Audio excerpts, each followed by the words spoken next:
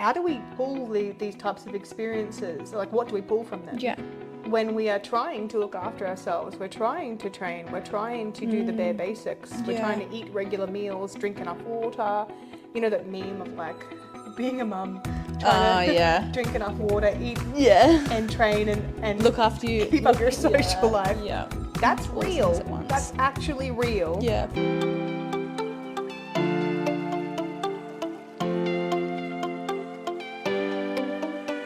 Hello and welcome back to another vlog on YouTube and podcast on Spotify by the Fit Minds podcast. Coach Mariah Jean and Coach Chloe Jane here today. G'day. I got it right. Woohoo. Yes. We're off to a great start. I feel like I'm going to nail this podcast. All right, so. Hit it with a hammer. That's great. I've never heard that. Hit it with a hammer. I just made it up on the spot. Really? I've never heard it either. Look at you, sharp and witty and pretty. Oh, Shut it. you make my head big.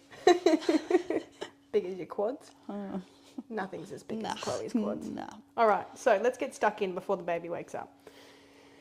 Okay, so this week we're going to talk about how to cope, or I suppose how to get back on track, it's the title of the podcast, when shit royally hits the fan in life. Pew pew. We're not just talking about some minor inconveniences. What are we talking about, Chloe? The hard shit. You know, when the saying, bad things comes in threes. Or fives. Yeah, like oh gosh, what's the situation? I mean, my current situation, I could probably it's like, throw out there. All right, so my car needs a service. Yes. Right? And then you lose your keys, then your period arrives, then you find out something really unfortunate about a family member. And or yourself, then, or your own yourself, health, and then something else breaks, and then it just feels like one thing after the other. You're like, when the fuck am I going to catch a break here? And I think it's really important to reiterate, not that I hate the whole concept of like, oh, it's normal. It's normal for things to happen like that. That's just life. Well, that happens to everybody. I think it is important to reiterate that we aren't necessarily particularly unlucky. No. No one's unlucky. Life isn't out to get you. It's not like some sort of... I'm sorry for anyone who's super spiritual, but you haven't done anything wrong. You don't deserve... There's no juju around it. No. Yeah. It's just the chances. It's one of those things. Yeah. And often, too, I found that...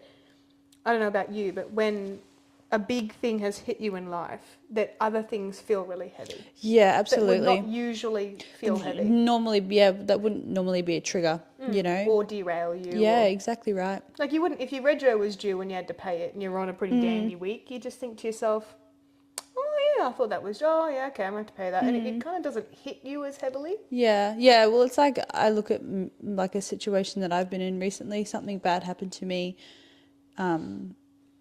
something wise, and then my car engine light came on. And normally I'd be like, oh, it's overdue for a service. Yeah. But for me, I completely broke down. And then I started looking into things that were going wrong. That's right. I was like, all right. A bit more negative thinking. My house is a fucking mess. Yep. I'm tired all the time. You spiral. Yeah, I think and this is obviously this is where mental health crosses over into the nutrition and fitness realm, because we're talking today about, how do we pull these types of experiences? Like, what do we pull from them? Yeah. When we are trying to look after ourselves, we're trying to train, we're trying to do the bare basics, we're trying to eat regular meals, drink enough water. You know that meme of like being a mum, trying to drink enough water, eat and train and look after you, keep up your social life. Yeah. That's all real. things at once. That's actually real. Yeah, for sure. I mean, you don't probably realise until you're in it. I actually think as well, if you've got pets, it's the same thing too. Like people will disagree with me. They'd be like, "Oh, kids are harder than pets. They're a different kind of hard." Yep. You can't just leave the house for hours and hours with pets. You come back and everything's destroyed. Yep. You're still going to have... They're not going to be dead, but there will be an aftermath. There will be shit everywhere. Because we've both got dogs. Yes. And I'm just about to get another puppy too. Jeez, we're a little bit crazy. Woohoo! And mental health. Oh, we like a challenge. Yes. So, I think Chloe and I are really good at this because we bounce off each other a bit. And for any of you who follow my socials at the moment, it's actually really hard for me to be doing a podcast today because usually I would kind of disappear under a rock when shit hits the fan. And I think as well, like people assume that we put all of our, especially people on social media, right, that we're going to put all of our major inconveniences, minor inconveniences on social media, that we're going to tell everybody about it and go like, oh, you know, I've gone through this week. And and I like to, in my podcast, be a bit more real, because if you've taken the time to listen to the podcast, I'll give you that effort. I'll give you the full thing. But if you've been following my socials lately, very real stuff. My dad has been diagnosed with cancer, and it is stage 4. So it is, you know, I don't know a lot about cancer, and I said yesterday, what stage?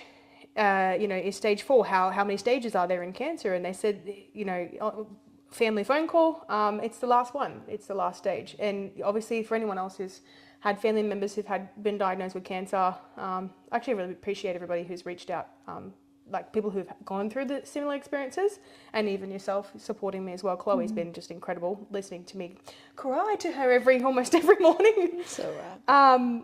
But I don't show a lot of that. I'm not that person who kind of cries into the camera on socials. Like some people will do that. They'll expose themselves really heavily. And if that's your coping mechanism, then that's okay. Yeah, like it's not. It's a personal preference. It depends on how you cope. I'm a person who I have to go away. Yeah, I'm exactly the same. I like to go away and grieve. Yeah. And then we come back when we're stronger. I don't think it's necessarily about not wanting to be seen as weak. Vulnerable. Yeah. It's more that we don't necessarily benefit from. No, it makes me feel uncomfortable. Yeah, same. I'm like, I'm a solo sad girl. Yeah. I Yeah. just do like cry in the shower and whatever. Yep. But it's these really heavy things. I also got some really fucked up news about my uterus and ovaries and stuff, like after the C-section, and just bad luck or whatever. Not bad luck, but you know, it just happens to some people. And you know, another reduction in fertility, and there's a lot of people will often like, you know, message you and stuff when you talk about this stuff, and they'll go like, just be grateful for whatever, just be grateful for this, just be grateful for that, be grateful that you have a healthy, happy baby, be grateful that you're both alive, be grateful that in my dad's situation, we originally thought we had a lot longer with him, and now it's definitely not that long at all. And I won't go into details. It is not nice. It is not a great situation to be in. But I always like to practice full transparency.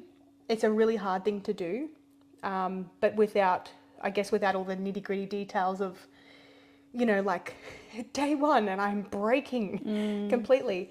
And I think there could be a third or fourth thing that's maybe happened amongst us as well, you know, and I'm not going to expand on it because there's no point. And people say stuff like, what do you do? How do you cope? How do you move forward? How do you keep going to the gym? How do you exercise? How do you keep, you know, functioning? What do you do in these circumstances? What drives you? What drives you? And for yourself listening to this podcast, it doesn't have to be as drastic as a parent being diagnosed with cancer. It doesn't. It could be. And the thing is too, there's no sort of spectrum. No. I'm not a believer that, you know, someone's suffering is worse than somebody else's. No. It could be so painful and difficult for you, whatever it is. And you could have just gotten smashed. It could have been a couple months ago. You could be in the clear again, and you could feel like, you know what, I'm coming out of this haze. On the high, yeah. But you might have crashed and burned in that time and gone, oh man, like just my diet went to shit, my training went to shit, my mental health went to shit. Well, I look at the last 2 weeks for me, and that's it in a nutshell. And we had a couple nice little chats around that as well, and around how you're feeling. And it's the first thing I think we need to really reiterate is that it is so important not to place pressure on yourself. Yeah, absolutely. And not to allow people into your life who place pressure on you either. Yep. Because I think that was something that we both had to remind each other of during these times was, you know, it's okay to take some time off. Yeah. It's okay to take a week off training. Yeah. It's okay to, you know, if you have gone to the gym and you've just decided, I need to go for my mental health or whatever, and it's the shittest session you've ever had, that's okay. Yeah. You don't need, the last thing you need in this scenario when you've got shit hitting the fan Is pressure. And is Yeah. guilt, Yeah. for not hitting that mark that you've been setting for It yourself. only amplifies the emotions and feelings that you have. That's right. It creates more stress. It creates more sadness. It creates more Feeds anger. the monster. You know, like, why can't I go to the gym? Why can't I just get back into routine? Why is this so hard? Why is this happening to me? Yeah. That type of stuff. Yeah. And, it's okay to ask those questions. Like, what, why me? Why, why am I dad? Why such a good human being? Why lots of things, which is, we never really will have the answers to those questions. No. But, so first thing, take the pressure off yourself. Absolutely. If you're a person probably like we are, like we tend to, both of us tend to go like, even when shit is hitting the fan, I should be able to do this. I should be able to do that. Yeah.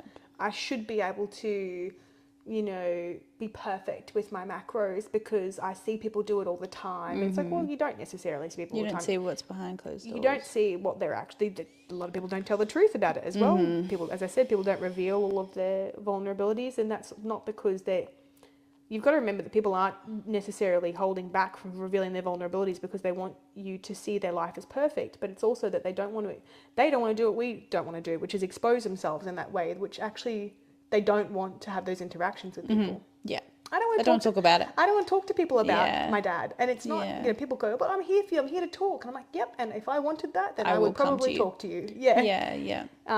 I think in those moments when people are going through suffering and struggle, when you're going through suffering and struggle, healthy boundaries, right?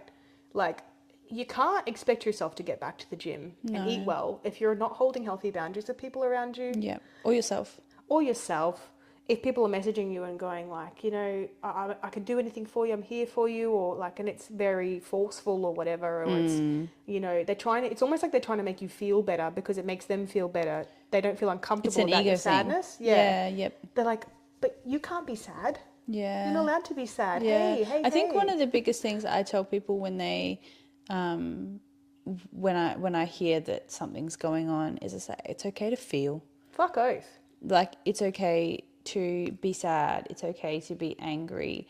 Like, the more you sit with your feelings and the more you come to terms with the way that you're feeling, I feel like you move through them so much quicker. Oath you do. We come from a generation, and without going too far into it, but like, we come from our generation, I think, is where things start to change, the millennials, where we've recognized that we for a long time were kind of pushed through our sadness and struggles, and it was like, get over it or whatever. And it's like, we now, I think now more than ever, have established healthy relationships with our friends. Our friends are more like family these days, right? Yeah. Because we know that it is. It's okay to be sad. It's okay to struggle. It's okay to suffer. It's okay to not be at your best 24/7. all the damn time. And we've said this in previous podcasts as well. Everyone goes through it. I wouldn't even say the degree or the severity that differs, but the story, right? Everyone's story is vastly different. It's like a thumbprint. Yeah. It's completely different Yep. to the next person's, So there's not even an easy comparison. But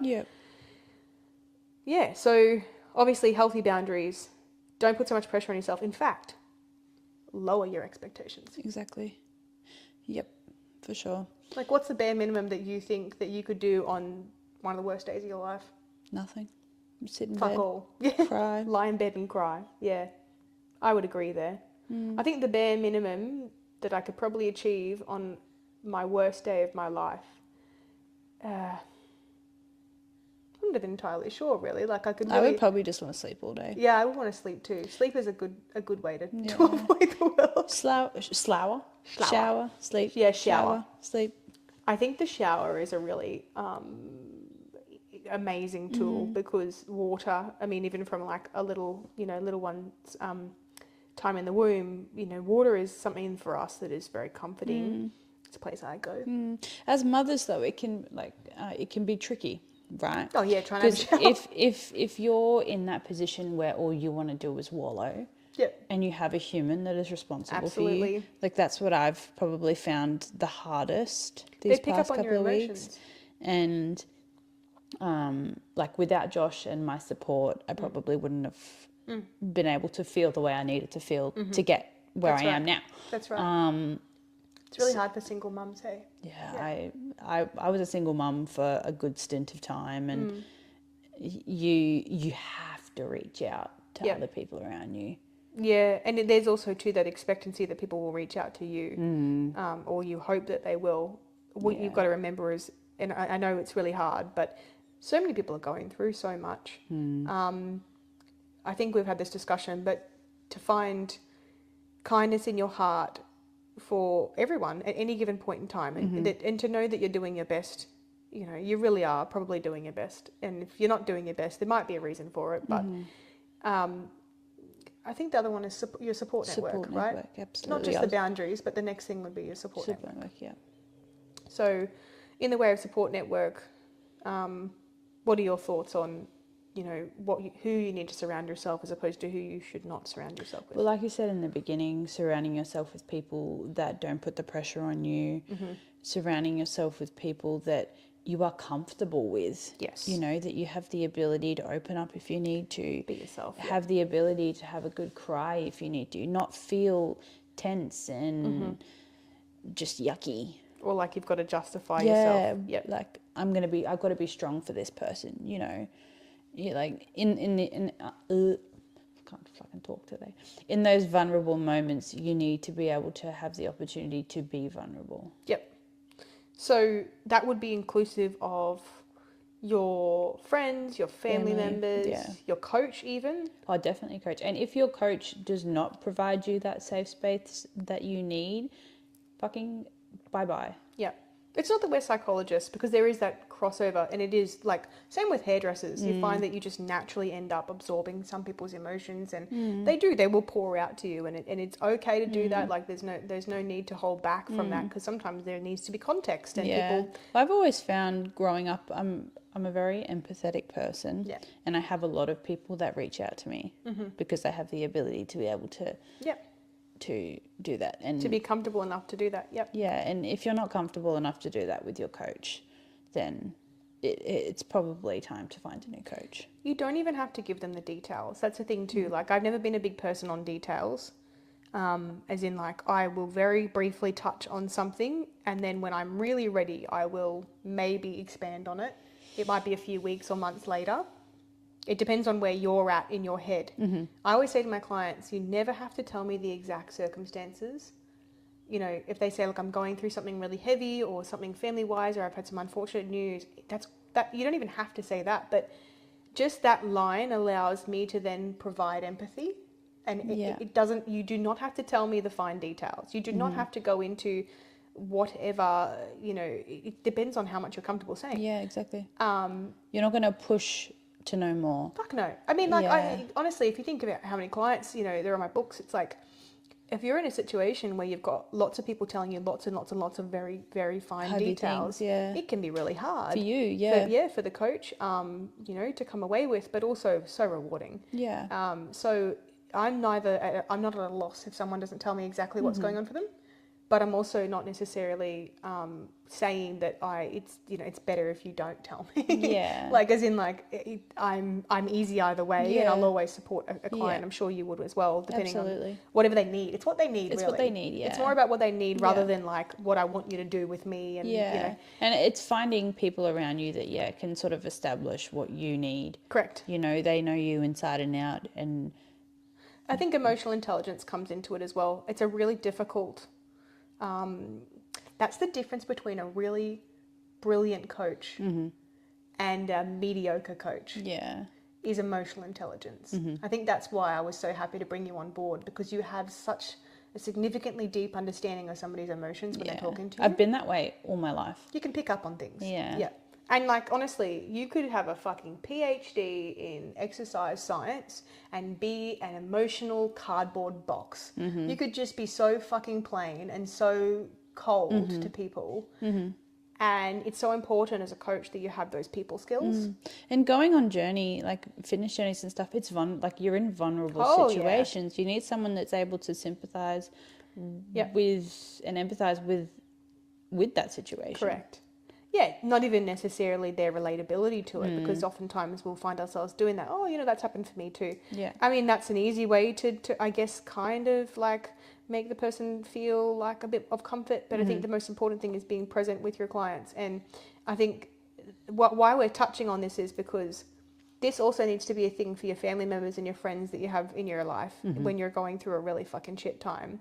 You've got to sometimes, what I call, do like a life audit, an assessment of your direct vicinity and circle. That whole concept of like you are the sum of the 5 people you spend the most time with. It's no coincidence that you end up going in certain directions or changing, and you become more influential when you spend more time with certain people, you have more conversations with them, or you become more like them. If they're a particularly negative person, then you all of a sudden find yourself being really negative, and you like kind of spiral with them. And or if they drink alcohol, you end up drinking, because we're social people, right? Exactly right. So it's no coincidence that in these scenarios, we sometimes end up doing similar things to the people that we directly surround ourselves with. Yes. So monkey see, monkey do. That's right. And you've got to be really strong in these moments. Like I know that, there's, God, what did Dad say to me last night? He said, I'm going to go home and have a few beers. I so badly want to be like, don't have a few beers. Yeah. And then I was like, okay, Dad, go home and have a few beers. Yeah. I'm not going to have a few beers because like That's not me. I don't like beer and I don't drink. Yeah. Dad's also not. He's actually never been a big drinker. I think just obviously, finding out that you've got stage 4 cancer is heavy as at fuck. this point. Just smoke a bong, like let's get high. YOLO, like go skydiving. I don't care. Yeah. But Do something reckless. He honestly actually spent most of the phone call literally saying that my brother makes a terrible cup of tea. Oh, really? Yeah. This is my. I'm a pom. Maybe I should teach him. Honestly, you know what though? My dad was married to an English lady for 20-something years, and she did make a really good cup of tea. I remember when I was working. We digress, but I'm going to tell you anyway. We've got to have these little stories in here. Yeah. I was working at a cosmetic injectable company as a receptionist there, and I was in charge of making the tea, and they were all poms. So I felt the pressure was really on, but I used to make a good cup. You used to make the tea. Good cup of tea. The tea lady. Tea lady. It's a big responsibility, hey. For poms, yes. Yeah. I feel like, I should probably get you to make my dad a cup of tea then, because my brother has been fired. He definitely. I'll just come over to your dad's just to make a cup of tea. I was going to say he starts chemo in 3 days, and he can't be operated on. It's gone too far. So, but my brother will be looking after him for most of his chemotherapy treatments. And like we're in a complex situation here as well because I've got a baby. She's immunocompromised. My dad is immunocompromised with his chemo, and so trying to cart a baby out to Toowoomba as well. It's like there's a lot I think that people don't really realise is that whatever's going on in someone's life, you see this much of it, and there's actually so much more happening behind closed doors. It's like the Titanic and the iceberg. Fuck oath. And this is why, as a coach, you've got to show empathy. You don't know. Even if someone gives you a sentence or a paragraph about this has happened in my family. Beneath the surface. You don't know what has happened as a result of that butterfly effect, the impact on the relationships around people. And so for yourself, you've got to give yourself grace in these moments. You need to give other people grace as well. Something I've heard a lot of in the industry is coaches not doing that. Yeah. There's a lot of toxic coaches out there that a client will come to them and say, hey man, I've been in a car accident. And they're like, all right, well, no excuses, get back on track tomorrow. Toxic shit. Or I'm not going to name names, but I try not to bitch too much about coaches in the industry. I've heard it all. People, being at shows and their coaches coming up to them and being like, what the fuck, and, all this type of stuff, and very nasty behaviour. As a coach, your role is to support and guide and help. And that's the You've got to remember why you got into your job, man. Like, if you do not pursue coaching, and if your coach doesn't pursue coaching from a perspective that you can see, which is from a transparent, loving and kind position, they're not a coach. They're just someone trying to make money. Make money, money hungry. Yeah. And like even too, like if you're going through a really rough time and you're in the minimum term coaching term with someone 12 weeks, if someone said something to me that was pretty intense, and I've often done it, I've just gone, it's okay. Yeah, no worries. Off you go. Like I understand. Yeah. So, but yeah, I think that along with support network, we need to make sure that you've got a strong support network, and that you distance yourself from people who are not supportive. Yeah. You generally can tell who they are. Hey. Exactly right.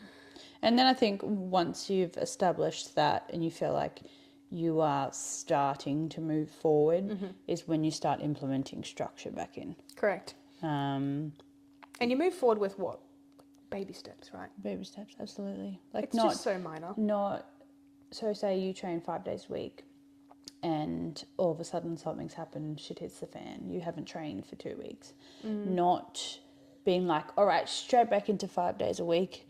That's where the bar is, yeah. Like, let's go. I mean, if that's the way that you feel like you will help yourself get on track, then, and there's no pressure on that, being like, all right, that's easy to do, then you do it. But if you feel like, holy fuck, that's going to be a lot, then giving yourself the grace to be like, all right, I'm going to go in 2 days this week, train to the best of my ability, track to the best of my ability, and giving yourself the grace. I feel. It's very important not to take this black and white standpoint, right? There's this idea that if I don't make 5 sessions, I'm a failure. And it's like, give yourself a range. Yeah. I love ranges. Ranges are great because it's like, well, you know, I'm in a deficit at the moment, and people probably think, oh, don't be in a deficit. It's not that much of a deficit whilst breastfeeding. But the deficit is a range for me because there's days when I'm freaking hungry. Yeah. I'm like, all right, we'll go up to the upper end of that range. And then, you know, on the days that we can manage it, we'll go to the lower end. And it's like in situations where shit's hit the fan, as you said, you might go, I'll go twice this week. Or it's like you could say, look, I've got the capacity to go time-wise 5 times this week, but it doesn't mean that I have to. Yeah. And chat to your coach about it. Say, coach, look, I know I've got 5 sessions in my plan. Obviously, you know, something big has happened for me. You know, I'm going to try to aim for at least 3 as a bare minimum. If I get to 5, that's a bonus, right? I'm not a failure, and no one is a failure if they don't make it to any of their sessions. Everyone's journey through grief and suffering and all that sort of stuff is different, right? And we can sit here and say that this is what works for us, it might be completely different for you. That's right. I think, yeah. You've got, the thing is, you've got to take it each day as it comes too, right? Like, it's like we could go, oh yeah, like, here's some things that you can do when shit hits the fan. And even in my situation, I thought that the shit hitting the fan had hit the fan as hard as it fucking could. That it was spluttered. That was done. And then broke a glass. Yeah, like broke a window. Shit everywhere. Yeah. The house was covered in shit. Yeah. And then it just got worse as of yesterday. And the initial shell shock was probably the heavier one. But yesterday, obviously, you know, finding out what we found out, where it was worse than what we thought it was. It's still so deeply fucking painful. And everything else is still happening around you. But I think it's like, it comes back to that, especially like I couldn't sleep properly last night at all, of course. It comes back to that, just do the bare minimum. It doesn't even have to be a training session. I'm not even talking about that. Maybe even a walk, or it could be that, you know, for example, you might go, okay, I really need to talk to someone. Like I can feel myself needing to talk to someone. So putting on your sneakers, putting your AirPods in, and calling the one person that you know that you can call. And honestly, as much as people say, like, I'm here for you, there's only usually 1 or 2 that you're like, I'm going to call. Who's the person you think of? That's always going to answer. Who's the person you think of, right? Like, it's like, this person, I'm not asking, answer it, but this person. No one, no. My life is a black abyss. But there's always that one person you think of calling or talking to, and or even that might have come into your life lately, I don't know. And so having those conversations, protecting your peace, having a shower, brushing your Doing the hair. things that you enjoy. Yep, even You if they don't know? really give you much joy at the time, but trying to... Knowing that, like, if you love sitting down on the couch watching a movie, There's sit no down guilt in on that. the couch and watch a fucking movie. I remember one of my clients once mentioned something to me about something that happened basically, which actually I think was sickness. And people get sick all the time. Yeah. Influenza or COVID or whatever. And they're like, and trust me, this client obsessed with exercise and was like, I cannot physically fucking sit on the couch. It's driving me insane. And I said, do you like creative drawing? Do you like, what do you, talk to me about what you like doing. What are the things that creative things you like Outside doing? of the gym, yeah. Yeah. And she was like, I like, I could get around some mindfulness colouring in books. And I was like, all right, but I agree on the Netflix situation. Like if I'm really sick, admittedly, that's the only time I actually really don't mind snuggling into the couch and watching, or just falling asleep and watching. Don't know how that's even possible at the moment, but Back in the day. staring at the TV while I'm sick. But I would agree. I think there's this common misconception when you're a coach that your clients think that you are this like Hitler Nazi that hangs around and kind of like, like you and I sucking. It's like you still need to get shit done. Like, no. We have to have. Because I think at the end of the day, like we're sitting here communicating with you guys that we feel these things too. Fuck oath, yeah. Right? We don't put ourselves on a pedestal being like, we're your coach, you will listen to us. Like, it's not a hierarchy. We are fucking humans too. We feel the things that you feel. And we can be inspirational. We can do very impressive things. We can win shows. We can bodybuild. We can go into deficits. We can have the knowledge that we have, and we can definitely apply it. And we can help to inspire people and push them as well. Because some people do need a good push. Yeah, well, it was such a great feeling when I went through all of my stuff that I did way back when, and I'd have people reaching out to me being like, "You have inspired me to start my journey." You didn't even think of that way. way. That wasn't my purpose on doing it. Like, I did it for me. That's right. So to have that as an added bonus, so good. And that also kind of makes you realise that being a coach it's not like you're sitting on a friggin' throne. No. You're not like, oh, I am superior up here in my throny throne. I actually, honestly, like from a visual perspective, just see myself walking amongst my clients. And sitting down, having a nice dinner. Yeah, I'm just with them. Yeah. And the way I describe it, I always say this to my clients, they're driving the car and I'm in the passenger seat. I'm not necessarily telling them how to drive, but I'm just there to You're the driving teacher. Yeah, I'm the teacher, or I'm even there being like, if they don't see fucking kangaroo coming across the road, I'm like, oh, watch out. Like, There it is. There to protect and help and support. And I'm not grabbing the steering wheel. No. I'm not in the back seat going, you're driving like shit. Slow down. Yeah. Mum. Yeah, I'm not. Our job, honestly, the hard part of our job is remaining cool, calm, and collected in situations where we might want to explode, where we might want to go, just fucking do the thing. Yeah. Like there's been times when I'm like, oh my God. Like clients can be frustrating, but it's not necessarily the client, it's the behavior. And we have to figure out, how can I best show up for this person in a way that they need me? And that's, I think, the whole concept of like shit hitting the fan is we're relating this back to coaching because we're coaches. But also in your everyday life, even if you're not coaching, even if you don't have a coach, go easy on yourself. Make sure that you surround yourself with other people who say the same thing. Yes. Right? And don't have high expectations. Do not set yourself the same bar. If you have a broken leg, you can't jump over the same bar you've been jumping over, right? And people don't see mental health struggles or personal circumstances as a broken leg, but it literally is. It is. It's can't see an enablement, whatever it is. What's it called? Yeah, it's a not a hinder. I know the word. Handicap. Yeah, something like that. It's a mental handicap. Yeah. Anyway, it's a broken leg. It's a broken leg. Our analogies. But people can't see mental health struggles. No. You often do that. You walk around the shopping centre and you think, oh, hello, Lolly. You think, everyone's just going about their They day. have no idea what And they that have no person's going idea. through. Yeah. Yeah, it was like on something happened on Mother's Day for me, and I was very, very upset, and I went for a drive, and I was very, very emotional. And I pulled up to a red light, and there were these cars all around me, and I said, they have no idea what's going on right now for me. And it was a big fuck, you know. It's not necessarily resentment, I don't think. No, it's not resentment at all. It's like, what a wild, crazy world we live in, right? Everyone is simultaneously going through highs and lows, and, Yeah. and sometimes at the same time. That's something I touched on yesterday in a post, was that, like, you know, that you can feel happy and sad at the same time.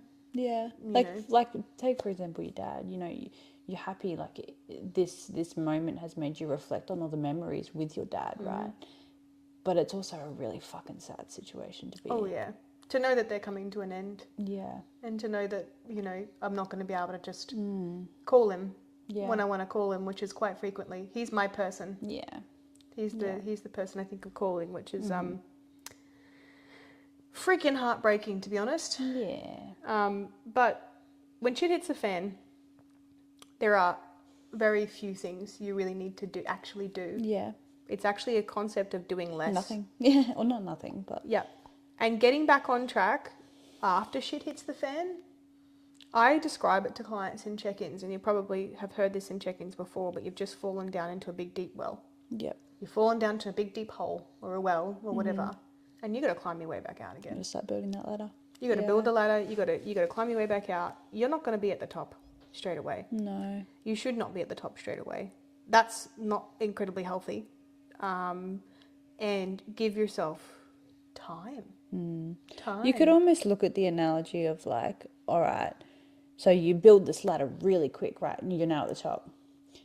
What are the chances that that ladder, just as you're about to reach that top, is going to break because That's you've right. built it too quickly? Yeah. You've made It's not mistakes. sturdy. It's That's not right. sturdy. Yeah.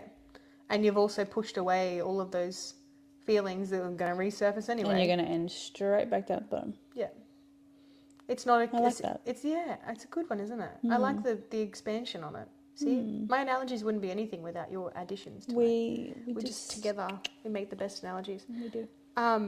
Bottom to the top is it's not 0 to 100. It's not black and white. There is grey area, just like there is with everything else in life. Yeah. Forgive yourself. It's one of my favourite sayings. Forgive yourself as quickly as possible. Move forward as quickly as possible, but also note as possible. I know? think, like I said before, allowing yourself to feel is very important. In that in-between, in that interim, in the middle.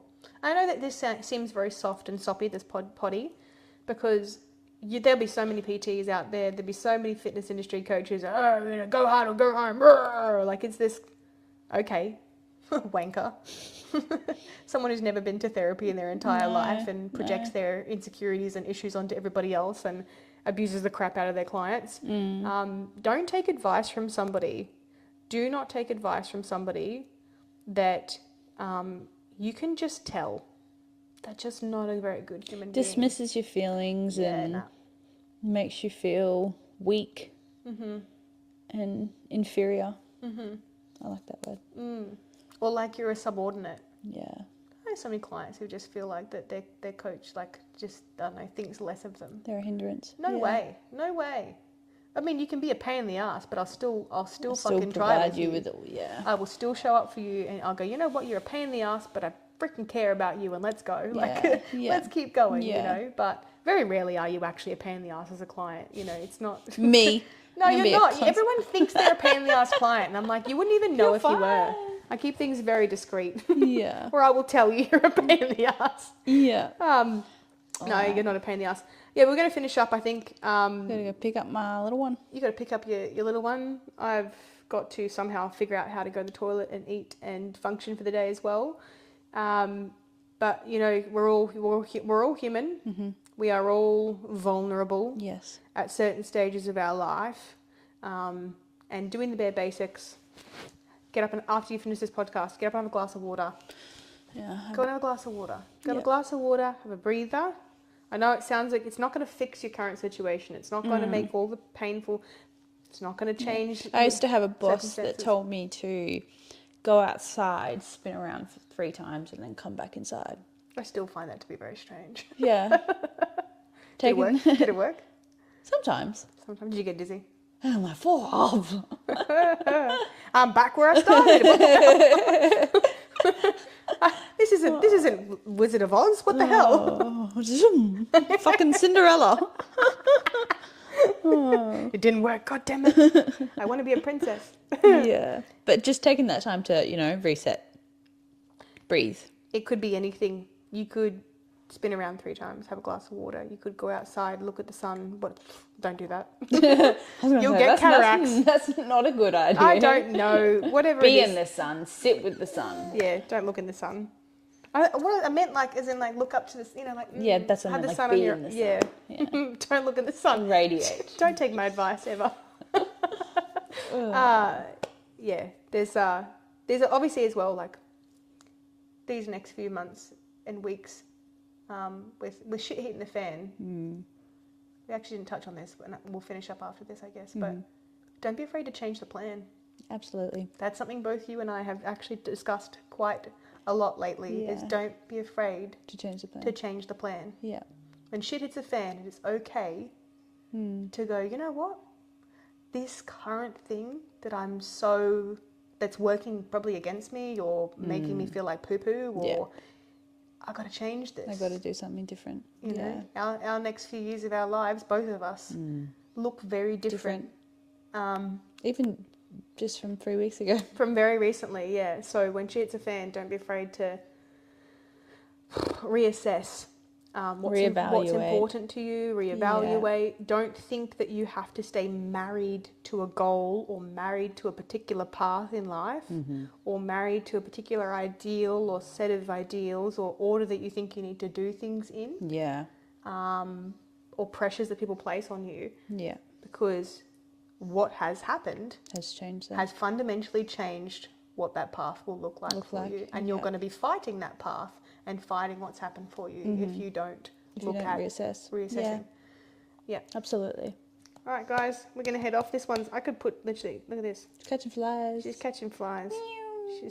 I know mouth sleeping isn't traditionally very, very good for babies, but she's just a classic mouth sleeper. She's just relaxed. Super relaxed. It's ASMR. You can hear her breathing. No. She's like, I'm going to click Baby's not breathing. No, she's just chilling. All right, guys. Thanks for listening into the podcast. Probably a little bit deeper one, this one. I like this. This is nice. Any other topics you want us to cover? Feel free to swing them our way. Very real and raw and honest. I'm okay. Don't reach out to me and ask me if I'm okay. Mariah's like, I don't want to talk to you. I'm doing well. It's just a representation of real life shit. Hey. Yep, we're both going through it for sure. And we're still fucking showing up, but probably not as loudly as we want to, but that is okay. We will do it when we're ready. I'm just going to gently stomp my feet. Gently stomp your feet. Yeah, rather than stomping my feet like I'm here. You know? Oh, yeah, like a little pitter-patter? Yeah, like a little fairy feet. Okay, guys. All right. We've reached midday delirium. See you soon. Bye.